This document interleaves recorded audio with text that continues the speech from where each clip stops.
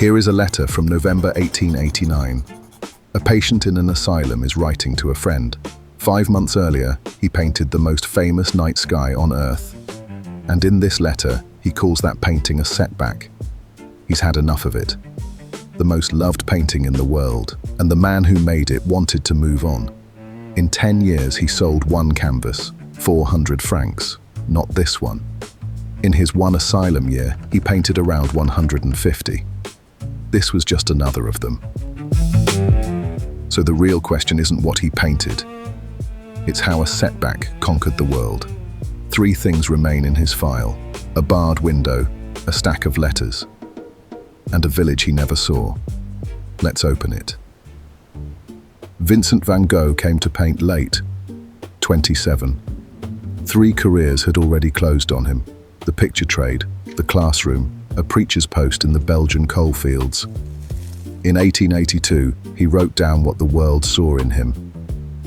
What am I in the eyes of most people? A non-entity or an oddity or a disagreeable person? Then, the answer he gave himself. Through my work, I'd like to show what there is in the heart of such an oddity, such a nobody. The work ran on one man's money. His younger brother Theo, an art dealer in Paris. 100 francs a month, sometimes 150.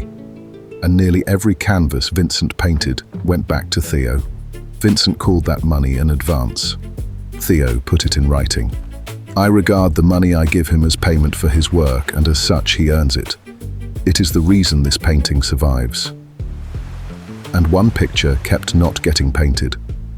In June 1888, from Arles, he asked a painter friend, "But when will I do the starry sky then? That painting that's always on my mind." That September, he told his sister, "I definitely want to paint a starry sky now. It often seems to me that the night is even more richly colored than the day." He was chasing something larger than a canvas. He rented a small yellow house in Arles, a colony of painters, a studio of the South. In October 1888, Paul Gauguin moved in. 9 weeks was all it held: 2 painters, 1 house, and a pressure neither man could live inside. On the night of 23rd December 1888, after a quarrel, Vincent severed his own left ear, not the earlobe of the polite retelling. The doctor who bandaged him drew the wound years later, nearly the whole ear. He carried it to a young woman who cleaned rooms in a brothel nearby. Arles answered in writing. In February 1889, 30 neighbours petitioned the mayor to have him confined. Vincent believed more than 80 had signed. The police locked the yellow house. On 8 May 1889, nobody dragged Vincent van Gogh to the Asylum of Saint-Paul-de-Mausole. He went in of his own free will, a voluntary patient, the bill sent to Theo. The register records acute mania, hallucinations of sight and hearing, epileptic fits. He was given 2 rooms, one to sleep in, one to paint in. The sleeping room had the bars. On 23rd of May 1889, he described that window to Theo. Through the iron-barred window I can make out a square of wheat in an enclosure, above which in the morning I see the sun rise in its glory. You know the version that comes next. A broken man, a mad sky. A century of biopics and postcards taught us to read the swirls as sickness. The world told that story with love, and with reasons. Look where he was standing. But the file says otherwise. Stop here with me. The file says this sky was built. Slowly, in daylight, by a man in control of every stroke. Days before he began. This morning I saw the countryside from my window a long time before sunrise with nothing but the morning star, which looked very big. Same letter. His own report. The line the myth never quotes. As for me, my health is good.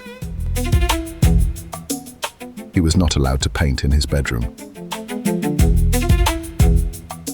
The canvas was made downstairs, in the daytime, from window sketches, studies, and memory.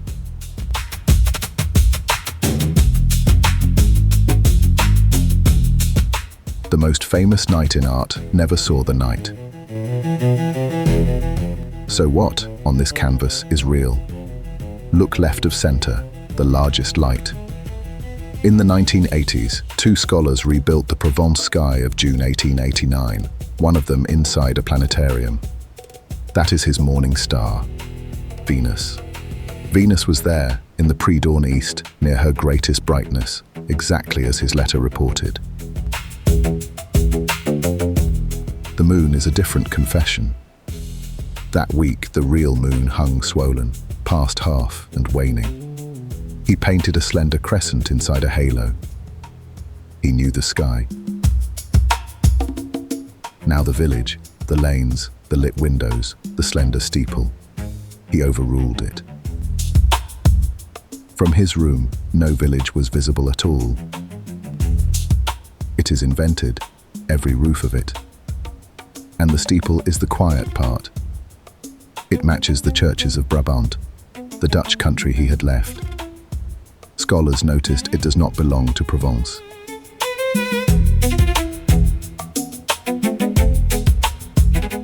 Under a southern sky, he watched like an astronomer. He planted the north of his childhood. The cypress, that black flame stitching field to sky, was a project of its own. On 25 June 1889, he told Theo, "The cypresses still preoccupy me. It astonishes me that no one has yet done them as I see them. Count the lights with me, 10 stars, and Venus makes 11. An invented village beneath a documented star. This is not a seizure on canvas, it is architecture. Twice, studies have found their brightness patterns echo the mathematics of turbulent flow. And a wave of replies has answered that paint is not water." No one claims he knew the equations. The man who wrote them was born 13 years after Vincent died. Now the calendar. By 18th June 1889, the canvas exists. A new study of a starry sky, he tells Theo, almost in passing. His next collapse came in mid-July 1889, at a quarry, 3 weeks after this sky was finished. He painted between the storms, not inside them. When the storm came, it was not picturesque. The Asylum's notes record him swallowing his own paints. The studio was locked. His letters stop for 5 weeks, and the first one after is written in pencil. In September 1889, the canvas went to Paris with the others, to the only buyer he had ever had. And the first man who owned this painting hesitated. Theo, on 22nd of October 1889. I clearly sense what preoccupies you in the new canvases, like the village in the moonlight. But I feel that the search for style takes away the real sentiment of things. And Vincent himself, writing to the very friend he had once asked, "When will I do the starry sky?" in November 1889, 5 months after he painted it. "Once again, I'm allowing myself to do stars too big. New setback, and I've enough of that." The scholarly edition adds one note. In other letters, he defended the same canvas. He never settled his own verdict. Someone else would have to. Then who decided? And the timing is the cruel part. In January 1890, a Paris journal ran the first serious article on his work, 6 pages of praise. That spring, 10 of his canvases hung in Paris, and Theo sent south a sentence any painter would frame. Monet said that your paintings were the best in the exhibition.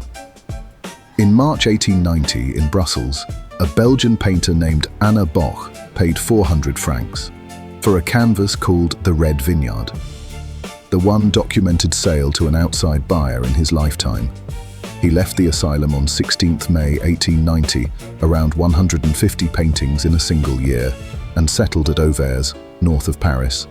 10 weeks later, on 27th of July 1890, he was shot in the chest outside Auvers.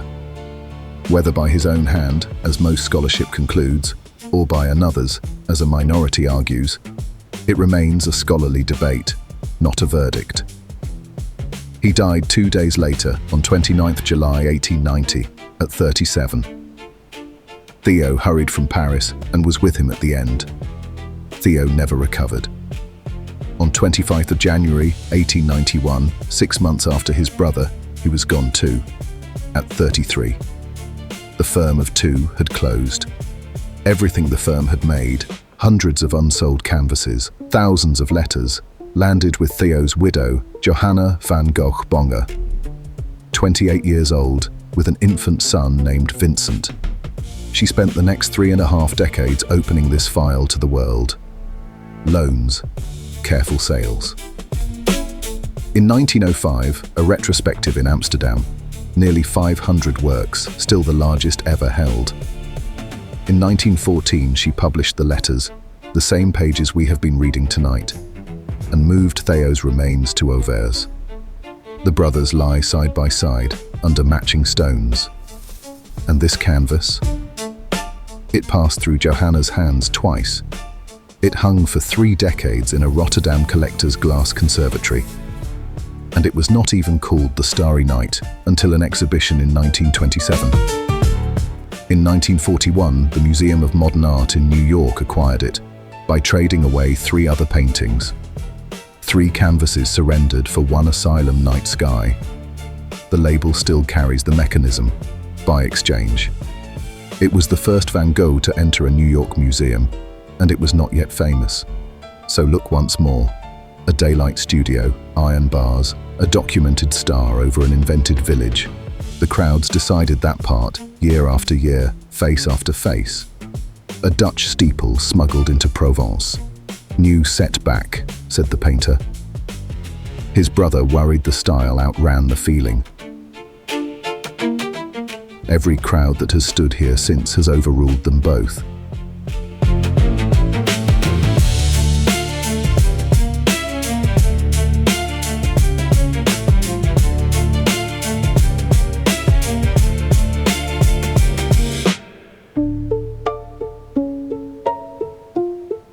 In 1882, he hoped his work might show what lived in the heart of such an oddity, such a nobody.